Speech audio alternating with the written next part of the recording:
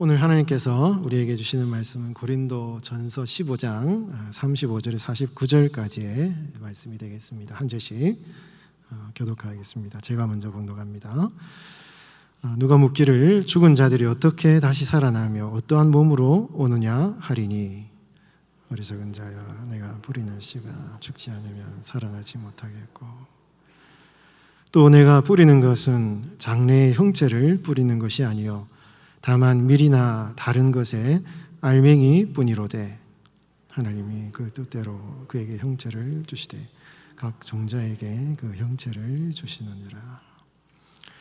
육체는 다 같은 육체가 아니니 하나는 사람의 육체요, 하나는 짐승의 육체요, 하나는 새의 육체요, 하나는 물고기의 육체라. 하늘에 속한 형체도 있고 땅에 속한 형체도 있으나 하늘에 속한 것의 영광이 따로 있고 땅에 속한 것의 영광이 따로 있으니, 해의 영광이 다르고 달의 영광이 다르며 별의 영광도 다른데 별과 별의 영광이 다르도다. 죽은 자의 부활도 그와 같으니 썩을 것으로 심고 썩지 않을 것으로 다시 살아나며, 욕된 것으로 심고 영광스러운 것으로 다시 살아나며, 약한 것으로 심고 강한 것으로 다시 살아나며, 육의 몸 심고 신령한 몸으로 다시 살아나니 육의 몸이 있은즉 또 영의 몸도 있느니라. 기록된 바 첫사람 아담은 생명이 되었다 함과 같이 마지막 아담은 살려주는 영이 되었나니, 그러나 먼저는 신령한 사람이 아니요 육의 사람이요 그 다음에 신령한 사람이니라. 첫사람은 땅에서 났으니 흙에 속한 자이거니와 둘째 사람은 하늘에서 나셨느니라. 무릇 흙에 속한 자들은 저 흙에 속한 자와 같고 무릇 하늘에 속한 자들은 저 하늘에 속하니와 같으니. 함께 봉독합니다. 우리가 흙에 속한 자의 형상을 입은 것 같이 또한 하늘에 속한 이의 형상을 입으리라. 하늘에 속한 이의 형상을 입으리라는 제목으로 우리 하나님 말씀 전하겠습니다. 우리 성도들이 하나님의 영광을 위해서 살아가다 보면 여러 가지 현실적인 어려움에 부닥칠 때가 많이 있습니다. 항상 흔들리지 말고 주님의 일에도 항상 힘쓰는 그런 성도가 되는 것이 참 하나님이 기뻐하시는 삶의 모습인데요. 주님의 일을 하다가 보면은 쉬운 일만 있습니까? 고난이 오고 힘든 일이 오고 내가 뭐 한다고 이렇게까지 해야 되나 하는 생각이 들면 하나님의 일을 포기하고 싶은 그런 생각이 들 때가 많이 있습니다. 하나님의 일을 하다 보면 특히 사단이 틈을 많이 타기 때문에 참 그런 마음이 들 때가 굉장히 많아요. 흔들리지 말아야 되는데, 특히 하나님이 기뻐하시는 일을 할 때는요 더 많은 사단의 공격이 있어서 흔들리는 그런 경우가 많다라는 것입니다. 그렇게 흔들릴 때 여러분 결코 우리는 낙심하지 말고 더 하나님의 영광을 위해서 더 힘써야 되겠죠. 왜 그렇습니까? 그 주님의 일을 감당하면서 겪는 고난과 수고를요 하나님이 절대 여러분 잊지 않으신다 이거예요. 여러분, 하나님은 절대 잊지 않습니다.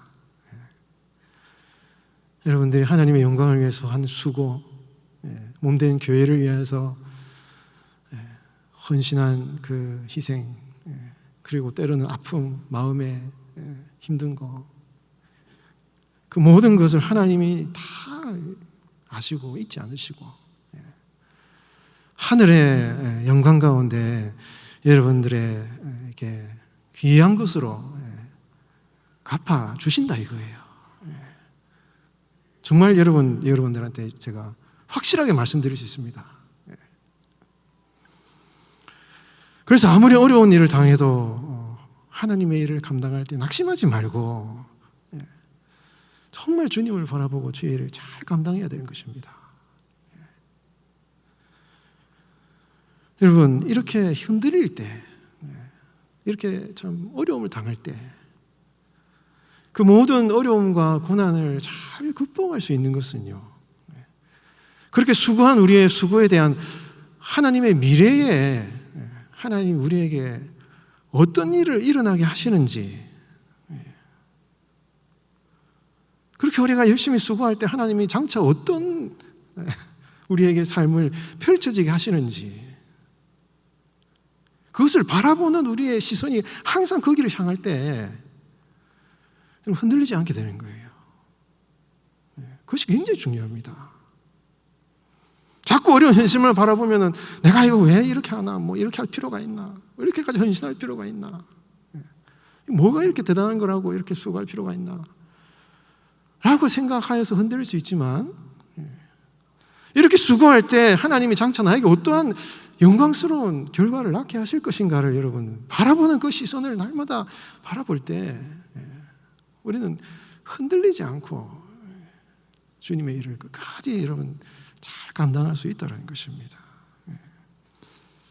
여러분 그 하나님께서 여러분들의 수고에 대해서 어떻게 갚아주실지를 늘 바라보는 그 시선을 떼지 말고 주님의 일을 감당하시는 여러분들 다 되시기를 예수님의 이름으로 축원드립니다.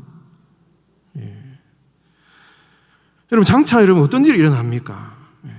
다니엘서 12장 2절 말씀에 보면은 땅의 틀끌 가운데서 자는 자 중에 많은 사람이 깨어나 영생을 받는 자도 있겠고, 수치를 당하여서 영원히 부끄러움을 당할 자도 있겠다. 여러분 믿는 사람이든 믿지 않는 사람이든 장차 주님의 심판대 앞에 설 때가 온다 이거예요. 믿는 사람들은 생명의 부활로, 믿지 않는 사람들은 심판의 부활로 나아가게 된다 이거예요. 그래서 여러분 이런 생명의 부활, 심판의 부활, 이것이 반드시 여러분 한 분 한 분의 삶에 일어난다. 그래서 분명히 마음에 확신하고 그 믿음 가운데 우리가 주님의 일을 잘 감당할 수가 있게 되는 것이죠. 이 영원한 이 갈래길, 이건 영원한 갈래길이에요. 여러분들의 인생은 길면 뭐 100년, 짧으면 뭐 70, 80년, 60년 뭐 이렇게 되겠죠. 이 인생의 삶이란, 육신의 삶이라는 것은요, 하나님께서 우리에게 주신 하나의 기회의 순간인 것입니다. 타이밍이에요, 타이밍. 어떤 타이밍입니까? 영원한 삶. 창세전에 우리를 예수 그리스도 안에서 택하신 영원한 존재인 인간. 여러분 성경에 의하면 여러분 한 분 한 분은요, 이 땅에 육신으로 와서 이 땅에 존재하는 그 순간이 존재하는 순간이 아니에요. 성경의 가르침이 그렇습니다. 우리의 존재는 주님 안에서는요, 창세전에 택하신 존재고 영원토록 존재하는 그런 존재가 여러분 한 분 한 분인 거예요. 그런데 하나님께서 여러분 한 분 한 분에게 육신을 입고 이 땅에 태어나게 하심으로 말미암아 그 영원한 삶을 준비할 수 있는 기회를 주신 것입니다. 이 짧은 시간 동안, 이 인생의 짧은 시간 동안 어떻게 그 영원한 삶을 준비할 것인가, 이게 과제인 것이죠. 예수님께서 어리석은 부자 비유 하셨습니다. 왜 그 부자가 어리석은 사람입니까? 자기가 살아가는 70년, 80년 육신의 삶이 전부라고 생각을 한 것입니다. 그것이 치명적인 어리석음이었어요.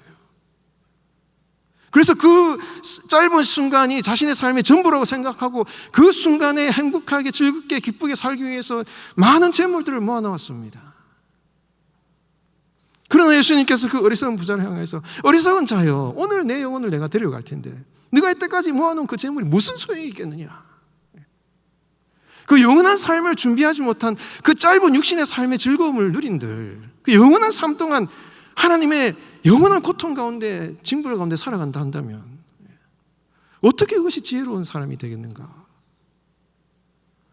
라고 예수님께서 어리석다라고 얘기를 하신 거예요.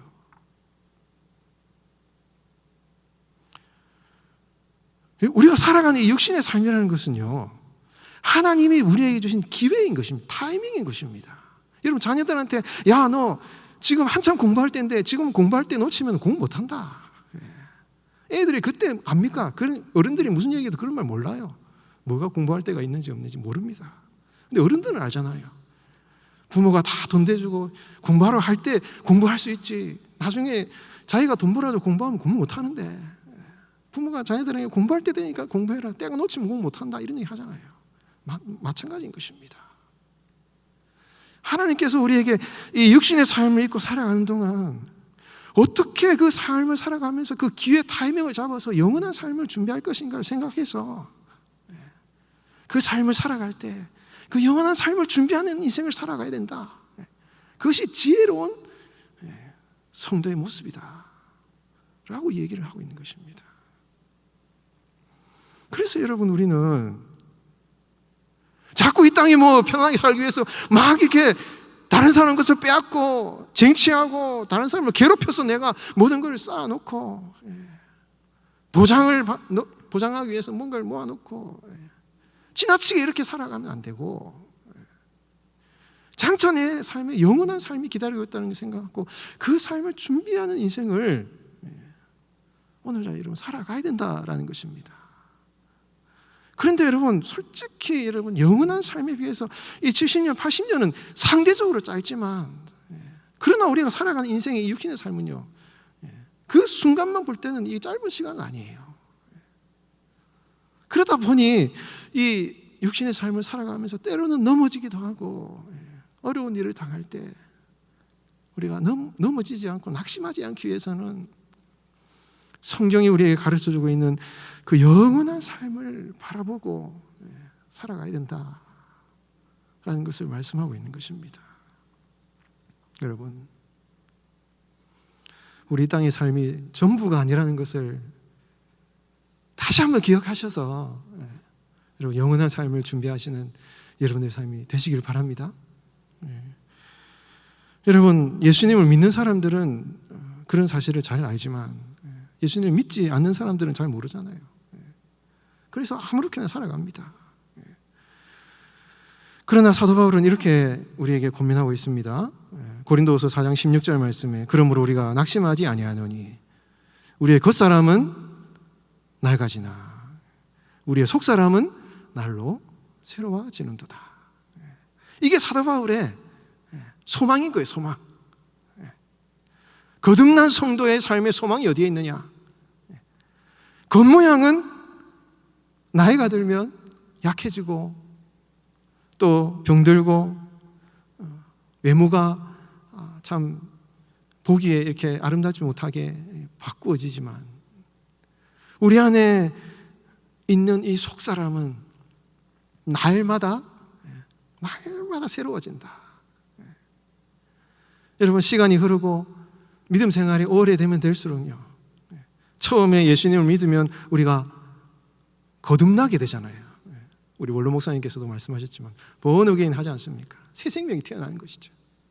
그래서 새 생명이 태어나서 우리 안에 생명의 양식을 먹고 마심으로 우리가 점점 자라나는 것입니다. 신앙적인 인격이 성숙하게 되는 것이에요.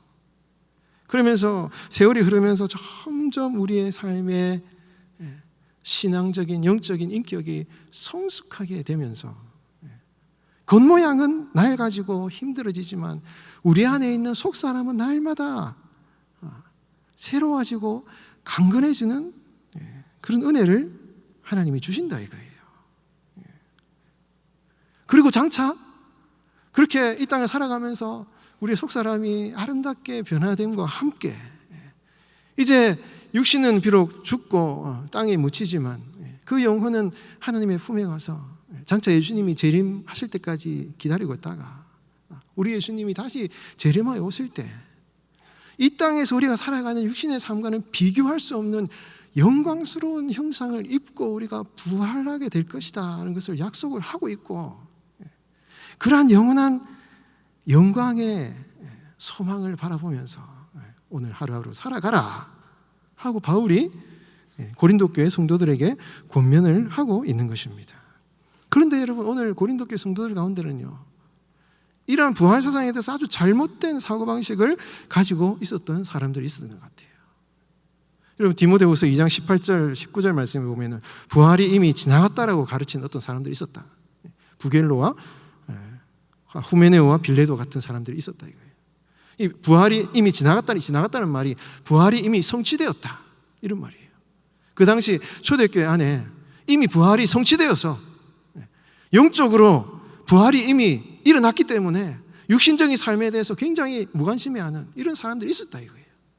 그래서 그런 사람들은 지나치게 영적인 삶을 살아서 육신적인 삶을 부인하거나 혹은 육체적으로 어떤 율법을 지키지 않고 마음대로 살아가는 그런 사람들이 있었다 이겁니다.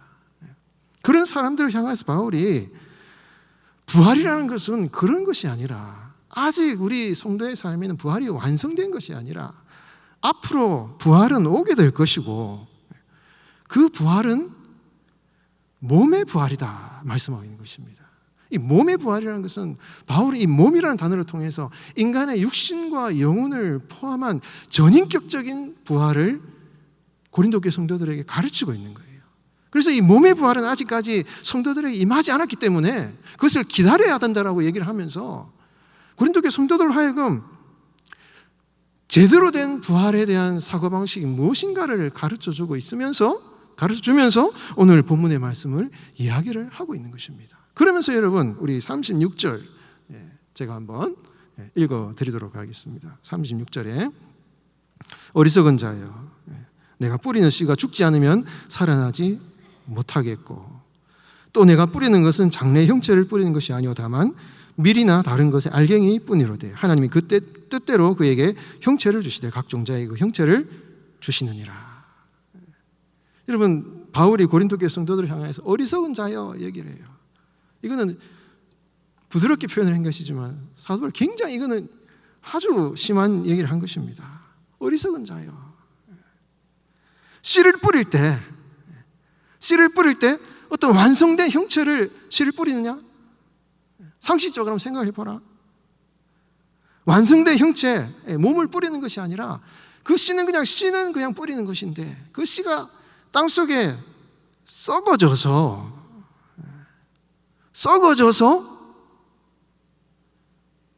아름다운 식물로 자라나는 것이 아니냐라고 얘기를 하는 거예요. 그러면서 부활이라는 것이 바로 그런 것이다 이야기를 하는 것입니다. 이게 무슨 말입니까? 씨앗은 겉보기에는 아주 작은 것이고 보잘것없고 그 씨앗에 무슨 식물의 완성된 모습이 나타납니까? 그렇지 않다 이거예요. 그 씨앗은 보기에는 약하고 어리고 아무것도 아닌 것 같지만 그 씨앗이 마침내 심겨져서 땅에 썩어져서 그것이 죽어질 때 거기에서 아름다운 식물이 태어난다 이겁니다. 여러분, 이게 무슨 말입니까? 그 씨앗은 바로 성도의 삶을 말하는 것이요, 그 성도의 삶에는 마치 씨앗과 같이 보기에는 겉모습에는 아무것도 아닌 존재로 보일 수 있지만 그러나 그 씨앗 안에는 앞으로 참 아름답게 클 수 있는 그 식물의 생명의 능력이 그 안에 씨앗에 담겨 있다, 이제 이런 얘기가 되는 것이죠. 언제? 땅에 떨어져서 죽어질 때 그런 일이 일어난다 이거예요. 사도 바울이 뭐라고 고백합니까? 나는 날마다 죽노라. 왜? 내가 죽어야 열매가 맺힌다 이거예요. 내가 죽어야 그 씨앗에 있는 생명의 능력이 나타난다 이것입니다. 여러분, 사도 바울이 첫사람 아담은 생명이 되었지만 마지막 아담 예수 그리스도는 생명을 주는 영이시다, 생명을 낳는 영이시다, 그렇게 말씀하고 있습니다. 여러분, 아담이 창세기에 보면 아담을 하나님이 만드셨을 때 아담에게 생기를 불어넣으신 분은 하나님이셔요. 아담은 그 생기를 가지고 있는 사람에 불과합니다.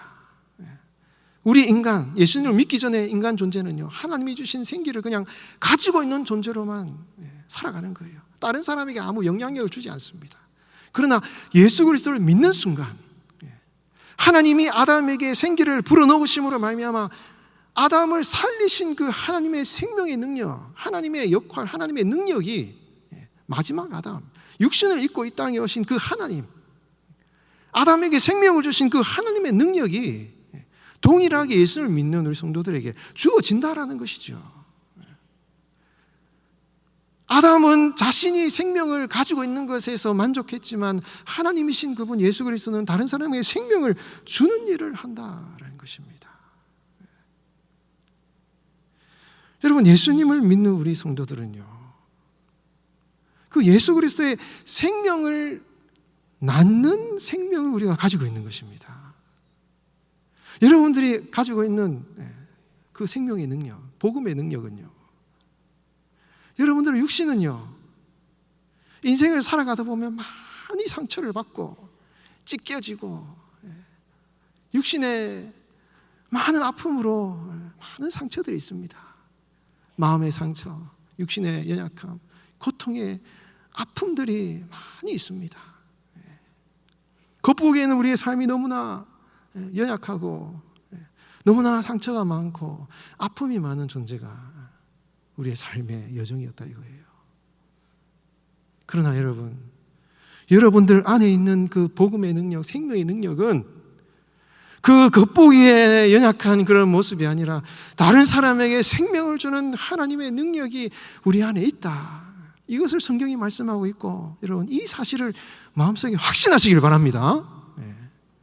그 생명의 능력을 확신하고, 그 생명의 능력을 확신하고, 우리가 여러분 예수님처럼 하나님의 미랄이 땅에 떨어져 죽지 아니하면 하늘 그대로 있고 죽으면 많은 열매를 맺느니라. 우리 육신의 삶이 죽어서 영광스러운 형체로 나중에 부활에 변화될 것을 우리가 기대하지만 그 부활의 능력이 오늘날 내가 살아가는 삶의 현장 가운데서 구체적으로 경험되어지고 체험되어지기 위해서, 마치 우리가 마지막 날 땅속에 묻히는 것 같은 그런 마음과 종말론적인 신앙을 가지고 오늘 내가 내 삶을 주님께 드린다는 그런 각오와 결단을 가지고 하늘의 미랄이 되어서 내가 내 가정에서, 내 교회에서, 내가 섬기는 사랑받은 식구들을 위해서, 내가 섬기는 우리 교회학교 사랑하는 영혼들을 위해서 내가 날마다 죽노라 하는 그런 결단을 통해서요, 다른 사람에게 생명을 주는 예수 그리스도의 생명의 능력, 그 능력을 경험하고 체험하고 그 능력을 발휘해 나아가는 성도의 삶을 살아갈 수 있다는 것입니다. 여러분, 그러한 믿음과 결단으로 살아가시는 여러분들 다 되시기를 바랍니다.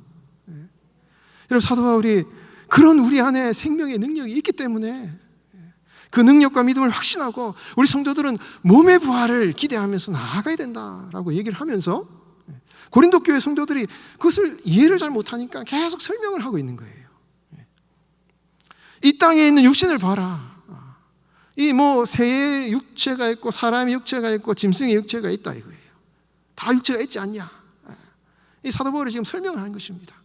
이 땅에 각 종류마다 육체가 있는 것처럼 동시에 그와 마찬가지로 이 땅에 많은 몸의 육체가 형체가 있는 것처럼 그와 마찬가지로 하늘에 속한 몸도 있다 이것입니다. 하늘에 속한 몸도 있다 이거예요. 이거는 차원이 다르다. 영광이라는 독사라는 표현을 씁니다. 여기에서는 육체는 사르스라는 헬라 단어인데 하늘에 있는 것은 독사라는 단어를 써요. 영광이 있다 이것입니다.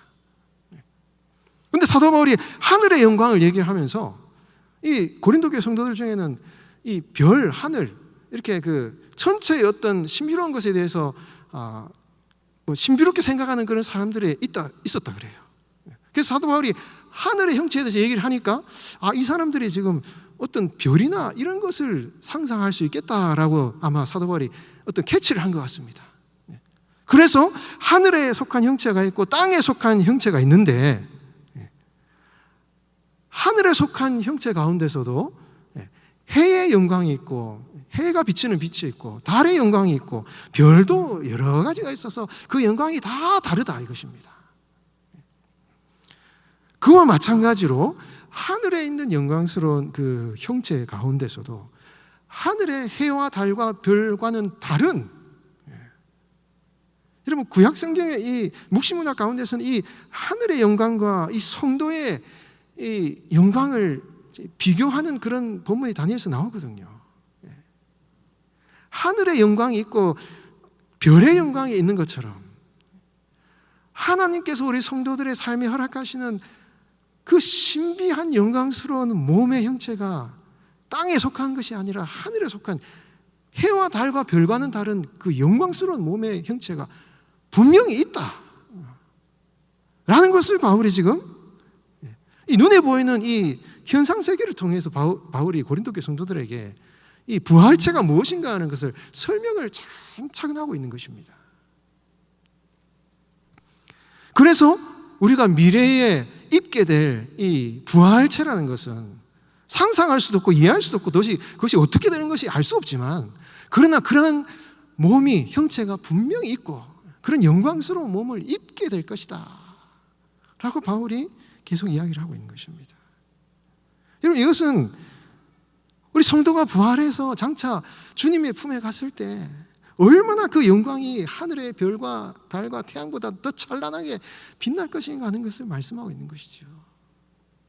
여러분, 다니엘서 12장 3절 말씀에 보면은 지혜 있는 자는 궁창의 빛과 같이 빛날 것이요 많은 사람을 옳은 대로 돌아오게 한 자는 별과 같이 영원토록 빛날 것이다. 여러분들이 이 땅에서 지금 주님의 영광을 위해서 살아가는 그 수고, 아무도 인정해 주지 않고 오직 주님 앞에서 한 영혼을 위해서 수고하고 애쓰는 그 수고, 주님의 몸된 교회를 위해서 마음 아파 힘들어하지만은 관계의 어려움 여러 가지 힘든 가운데서도 그래도 내가 주님의 교회를 잘 섬겨야지 하면서 주님을 사랑하는 마음으로 교회를 섬기고 사랑하는 성도들의 모습, 많은 영혼들을 전도하지 못하지만은 한 영혼을 전도하기 위해서 그렇게 많은 수고를 하는 이 성도들의 헌신, 여러분, 그런 것들이요 사람들은 몰라줘도 그것 때문에 여러분 우리가 흔들릴 것입니까? 사람들이 안 알아준다고 여러분 흔들리는 것입니까? 어떻게 우리가 사람들이 안 알아준다고 해서 우리가 흔들릴 수 있는 것입니까? 거기에 흔들리면 안 되는 거예요. 거기에 우리의 수고가 하늘의 별과 같이 찬란하게 빛나는 그런 영광스러운 상급으로 하나님 우리에게 갚아주신다라고 성경이 분명히 약속하고 있기 때문에, 여러분, 우리는 그 찬란한 하나님의 영광을 바라보며 오늘 여러분 보이지 않게 겸손하게 주님의 사명을 잘 감당해야 되는 것입니다.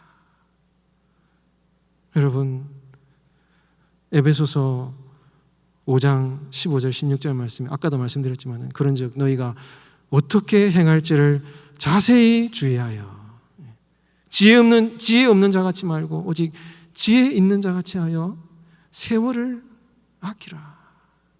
세월을 아끼라. 이 세월이란 말이 카이로스는 기회를 놓치지 마라 이런 얘기예요. 여러분, 지혜로운 사람은 기회를 놓치지 않는 사람입니다. 기회는 한번 오면은 지나가면 끝인 거예요. 여러분들의 육신의 삶은 하나님이 여러분들 허락하신 기회의 순간인 것입니다. 과거에 여러분들이 나의 욕망과 나의 인간적인 명예를 위해서 아등바등 살아왔던 잊혀진 세월을 살아가서 그 세월을 허랑방탕하여서 세월을 낭비하는 그런 인생을 살아왔다 할지라도, 그런 시간이 너무나 많은 그런 시간을 보내서 너무 지금 생각하면 그 세월이 아까운 생각이 들어서 안타까운 순간이 많지만, 앞으로는 그렇게 하지 마라 이것입니다. 앞으로는 헛된 시간을 방황하면서 자기의 욕망과 욕심을 위해 살지 말고 그 하나님이 우리에게 허락하신 육신의 기회를 잘 활용하여서 하늘의 별과 같이 빛나는 하나님의 그 영광스러운 그 상급을 바라보면서 기회를 잘 활용하여서 그 영원한 삶을 준비하는 이 육신의 삶을 살아가라 하고 바울이 지금 이야기를 하고 있는 것입니다. 여러분, 죽은 자의 부활도 그와 같으니 썩을 것으로 심고 썩지 아니할 것으로 다시 살아나며, 욕된 것으로 심고 영광스러운 것으로 다시 살아나며, 약한 것으로 심고 강한 것으로 다시 살아나며, 육의 몸으로 심고 신령한 몸으로 다시 살아나니 육의 몸이 있은즉 또 영의 몸도 있느니라. 여러분, 사람의 노력은 콩 심은 데 콩 나고 팥 심은 데 팥 나는 거예요. 뭐 그냥 그 안 좋은 걸 심으면 안 좋은 게 나게 되어 있습니다. 그러나 여러분, 하나님의 부활의 능력은요, 약한 걸 심었는데 강한 게 나타나는 거예요. 여러분, 지옥스러운 삶을 심었는데 영광스러운 것으로 나타나야 되는 것입니다. 우리의 육신의 삶, 이거는 여러분 너무 부족하고 때로는 죄가 많고 너무 약하고 부족해요. 그러나 여러분, 우리는 너무 작고 연약하지만은 우리의 이 연약한 육신의 삶을 주님의 영광을 위해서 매일매일 심어서 내가 하늘의 미랄과 같이 땅이 썩어져서 약하지만 병들었지만 너무너무 상처가 많지만 내 육신의 삶에 성한 것이 없어서 너무 약하지만 다 병들었지만, 그러나 주님, 내 모든 삶을 주님께 드립니다. 내가 하늘의 미랄과 같이 이 땅에 썩어져서 아름다운 주님의 영광의 열매를 맺기를 원합니다 하는 마음으로 우리를 주님께 드려서 날마다 주님 앞에 죽어지는 삶을 살아갈 때 그 삶 가운데 하나님의 부활의 능력이 역사한다 이거예요. 부활은 장차 나타날 어떤 영광스러운 것뿐만 아니라 오늘날 우리의 삶에도 부활의 능력이 역사하는 것입니다. 여러분들이 그런 마음으로 주님의 일을 감당할 때 그 부활의 능력이 여러분들의 삶의 역사에서 아름다운 열매를 맺게 하신다라는 것입니다. 여러분, 사도 바울이 고린도 교회 성도들에게 간곡히 부탁하는 이 권면의 말씀을 여러분 각자에게 주시는 성령 하나님의 음성으로 받아들이시기 바랍니다. 앞으로 내가 어떻게 살아야 될지, 여러분 남은 인생을 내가 어떻게 살아야 될지, 얼마나 여러분 오래 살 겁니까? 30년, 40년, 50년, 아무리 오래돼도 여러분 50년 이상, 여기 보면은 50년 이상 사실 분 없으실 것 같은데, 얼마나 오래 살고 금방 끝나는 거예요. 금방 끝나는 거예요. 그 짧은 인생이 끝나면 우리 앞에 있는 것은 영원한 삶이 우리 앞에 기다리고 있는 것이에요. 이 삶의 이 땅을 살아가면서 허무하게 없어질 그 불확실한 인생의 조건들, 육신의 필요들, 물질적인 것들을 위해서 살 것인가, 아니면 영원한 하나님의 영광을 살 것인가. 여러분 잘 선택해서 주님의 영광을 위해 살아가시는 여러분의 삶이 되시기를 예수님의 이름으로 축원드리겠습니다.